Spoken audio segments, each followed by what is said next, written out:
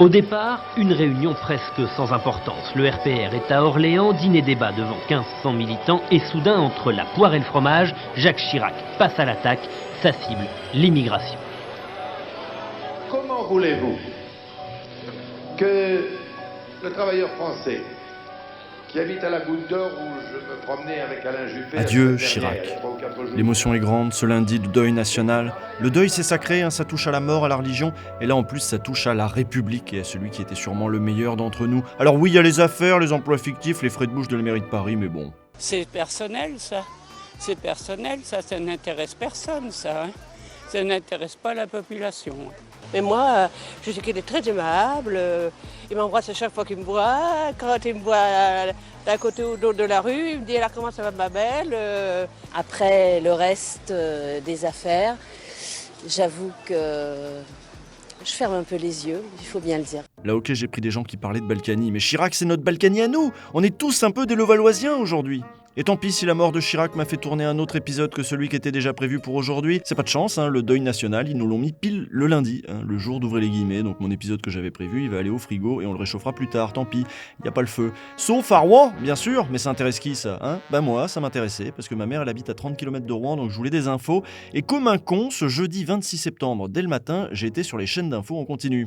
La ville de Rouen qui a décidé de fermer tous les établissements municipaux pour la journée. On vous rappelle que les établissements scolaires ont été fermés dès 8h ce matin dans 13 communes, celle de Rouen, et puis 12 communes alentours, à la suite donc de cet important incendie qui s'est déclenché cette nuit. Important incendie alors que nous apprenons, selon une dépêche de l'agence France-Presse, le décès de Jacques Chirac, l'ancien président de la République, est décédé d'après une dépêche de l'agence France-Presse. La famille Chirac aurait annoncé à l'agence France-Presse le décès de Jacques Chirac. Voilà, donc on va évidemment parler un peu moins de cet incendie à Rouen pour évoquer la mort d'Aïk Odoui, de l'ancien président de la République. Ah ça c'est sûr qu'ils en ont parlé un peu moins, et pourtant j'ai littéralement passé la journée avec la radio allumée, la télé de temps en temps, et j'ai fait comme beaucoup une overdose de Chirac. Ce jour-là moi j'aurais voulu de l'enquête, des infos sur ce qui se passait à Rouen, que disait l'agence régionale de santé, la préfecture, puis je sais pas, une asso écolo qui viendrait nuancer un peu les éléments de communication donnés par le pouvoir. Je voulais savoir ce qui se passait pour les habitants, quelle était la cause de l'accident, quelles allaient être les retombées sanitaires, écologiques, politiques. Le matin, je me disais encore, tout le monde a vu la série de Tchernobyl cet été. On a parlé de Greta Thunberg et d'écologie pendant des semaines. Cet accident industriel en plein cœur d'une grande ville, ça va secouer l'opinion. Il y aura un avant et un après. À l'heure où Macron dit aux jeunes de nettoyer eux-mêmes la pollution des capitalistes plutôt que de faire des manifs, c'est toute une région qui va devoir éponger la suie tombée en pluie noire des champs alentours jusqu'à la rue du Gros Horloge. Quand les Rouennais en auront fini avec les étourdissements, les nausées et les mauvaises odeurs, il faudra bien réparer les conneries de la classe dominante, hein, parce que Lubrizol c'était 6 milliards d'euros de chiffre d'affaires en 2018. Il y aura sans doute un procès, des responsables, une amende, mais est-ce que ça couvrira tous les frais provoqués par cette catastrophe, hein? On connaît la méthode, privatiser les profits, socialiser les pertes. Il y a une lutte des classes évidemment, mais c'est ma classe, la classe des riches, qui mène la lutte et nous sommes en train de la gagner, avait déclaré Warren Buffett en 2005, Warren Buffett dont la holding est propriétaire du site Lubrizol qui est parti en fumée. Mais l'heure n'est pas encore venue de parler de Rouen, aujourd'hui il faut parler de Chirac.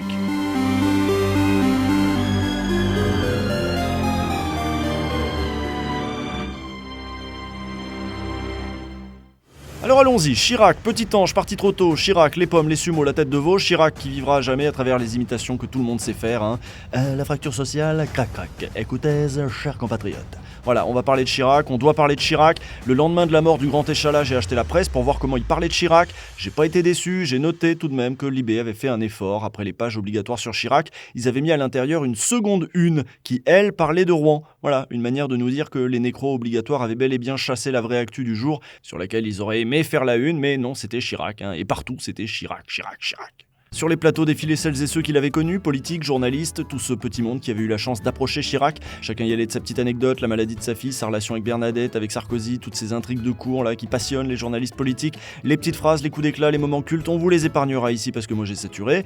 Avec mon camarade Thibaut Jean-Demange, pourtant on avait fait un épisode sur Chirac en 2017, hein, on sentait bien qu'il se jouait quelque chose autour de cette figure, la meilleure pour représenter l'ancien monde, un monde d'ordre où les politiques avaient encore le pouvoir de nous raconter n'importe quoi et ça passait et ils étaient réélus ad nauseam. l'âme. Maintenant, c'est l'heure de la pagaille, des aventures. C'est l'heure de partir en moto avec les premiers loupards venus pour faire bien chier papa et maman. Après, ça n'empêche pas, au fond de son cœur, de garder de ces heureuses années de l'innocence un souvenir ému, une tendresse coupable, un petit rien, un sourire, une chanson, une photo. Du coup, je suis retourné voir Thibaut ce soir-là pour qu'on en reparle de cette Chirac-mania, là. C'est le signe de quoi ? D'une nostalgie, d'une dépolitisation, d'un aveuglement ? Ok, en fait, il y a un peu ce côté... on aime bien Chirac et c'est un peu le plaisir coupable de... Le mec a l'air sympa, et effectivement, tu vas boire une bière avec lui, c'est cool. Après, juste, on parle de politique, et on parle pas de c'est un mec, c'est mon pote, ou c'est mon oncle et tout ça. Et en fait, ça a produit des effets, Chirac. Le bruit et l'odeur, ça a produit des effets. C'est-à-dire qu'il y a des gens derrière qui ont vécu ça comme étant quelque chose de violent. Plutôt que d'aller interroger des badauds émus ou d'inviter sur les plateaux tous les habitués des ordres de la République, il serait intéressant de savoir comment les militants des quartiers populaires avaient vécu ces déclarations. Tiens, qui sur les plateaux pour rappeler la violence des propos de celui qui nous est aujourd'hui présenté comme un xénophile patenté, un rempart inflexible contre le racisme ? Qui va prendre un micro et aller dans les quartiers populaires pour demander si ici aussi tout le monde a un bon souvenir de Chirac, du Chirac courant derrière le FN, du Chirac qui a fait toute sa campagne de 2002 sur l'insécurité, du Chirac qui a nommé Sarkozy à l'intérieur comme il avait nommé Pasqua dans les années 80 jusqu'à la loi Devaquet et la mort de Malik Oussekine. À écouter certains commentaires, Chirac ferait aujourd'hui l'unanimité. Les Français aimaient Chirac, la nation est en émoi, la France est en deuil. Donc j'ai entendu des crétins dire notamment Chirac, il représentait ce moment où il y avait la France, une France, des Français mais qui sont un peuple. Et ça s'opposait, selon eux, à ce moment qu'on est en train de vivre, dans lequel on est en train de se diviser en communautés. Il y aurait les femmes, maintenant les homosexuels, les noirs, les arabes, et il n'y aurait plus la France. Chirac pourrait représenter ça. Alors porter ce type de discours, c'est quoi ? C'est du révisionnisme de penser qu'il y a eu la France, c'est-à-dire un unanimisme à un moment derrière ce qu'était la France, une certaine idée de la France. Voilà, c'est du révisionnisme ou c'est de la bêtise ? Je sais pas si c'est du révisionnisme ou de la bêtise. En tout cas, ça n'existe pas, la France. Ça veut rien dire. Après, dans le roman national, ça veut dire sans doute quelque chose. Mais le roman national, c'est romancé. Et donc, tu as forcément... C'est ce qu'on est en train de faire là en faisant la légende de Chirac, c'est du roman national. Ouais, oui, parce que les micro-trottoirs sur France 2 ou d'autres médias, c'est un peu qu'est-ce que vous avez pensé de Chirac ? Et en fait, les gens te disent il avait plein de trucs pour la France. Sans doute que les gens, je sais pas, j'imagine, hein, mais peut-être que les gens se disent Chirac, en fait, c'était peut-être mieux que Hollande, peut-être mieux que Sarkozy, peut-être mieux que Macron. Mais en même temps... sur un souvenir assez vague, recomposé, quoi. Oui, c'est ça, mais c'est ça en socio, quand tu demandes aux gens, raconte-moi ta vie, dis-moi pourquoi t'en es arrivé là. Les gens, en fait, souvent, ils romancent ce qu'ils font. Et alors là, le roman de Chirac, c'est sur des pages et des pages, le roman photo de Chirac, le requin, le filou, le tueur. Tant que les lions n'auront pas leurs propres historiens, les histoires de chasse ne peuvent que chanter la gloire du chasseur, comme le dit le proverbe.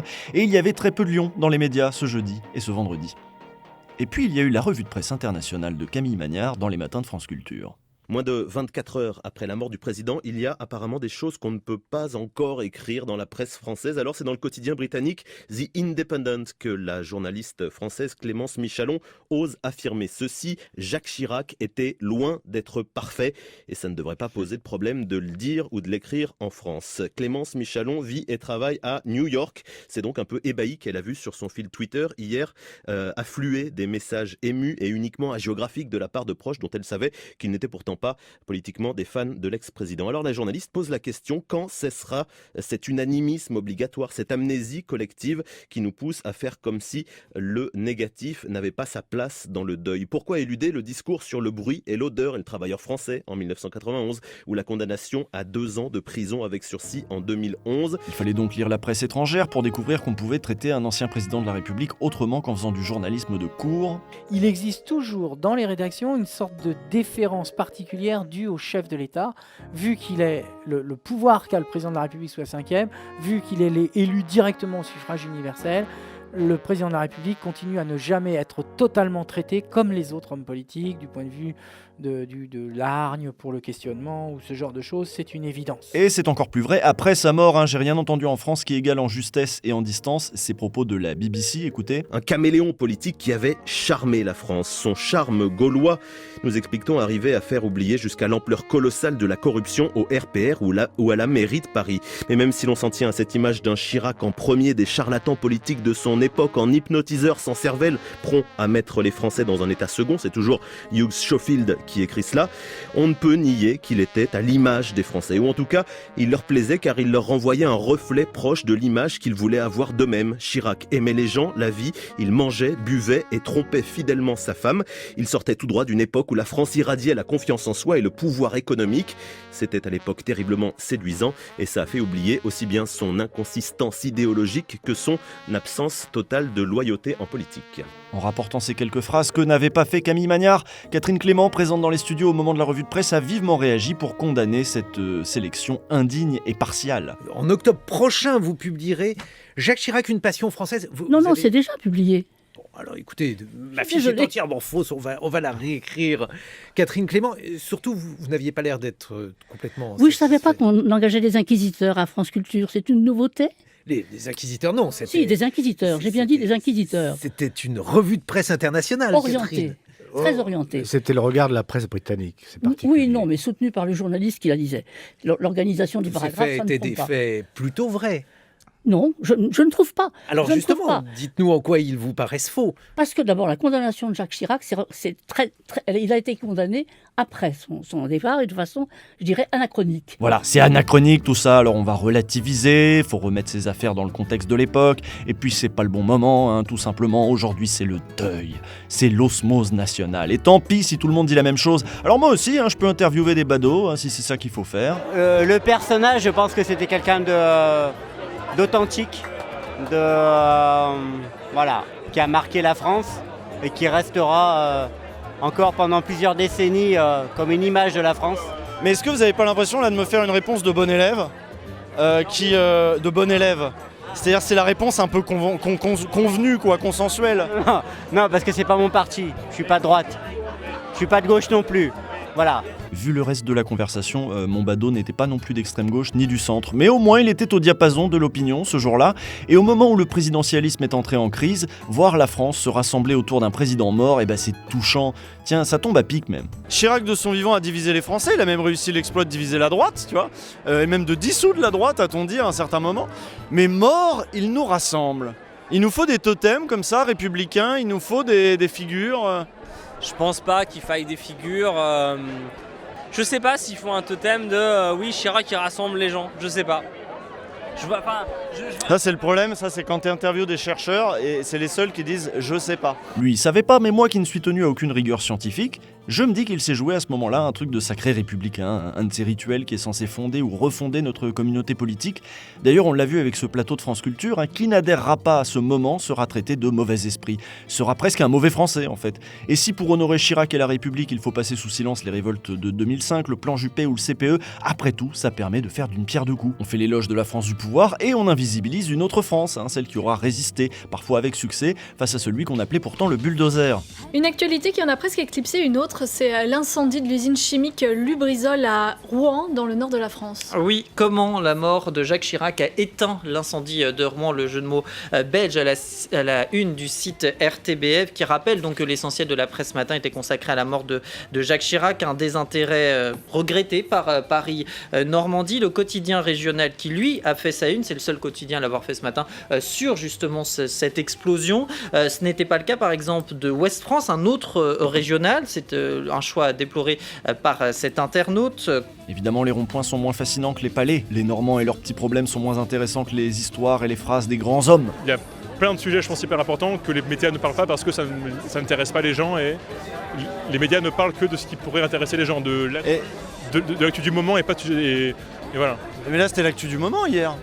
Oui, c'est ce que je dis. L'explosion, c'était l'actu du moment. Ah oui, non, mais sauf que là, que Chirac, c'était plus intéressant que ça. Pour les journalistes, peut-être pas pour les gens. En tout cas, pas pour les gens qui habitent Rouen. Ça, c'est une question à poser à vous. De quoi est-ce que vous avez voulu parler hier Je sais pas, j'en sais rien. Moi, ce que je sais, c'est que les Rouennais risquent de réinvestir le rond-point des Vaches, au lieu de la lutte des gilets jaunes normands.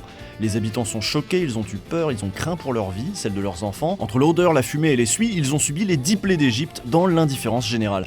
Alors à ce moment-là, ils cherchaient des informations, peut-être même qu'ils voulaient qu'on leur témoigne de l'affection, de la solidarité. Je sais pas si les rédactions ont pris conscience de l'indécence de leurs choix éditoriaux. Ces choix vont avoir des conséquences, notamment sur la manière dont on perçoit les grands médias.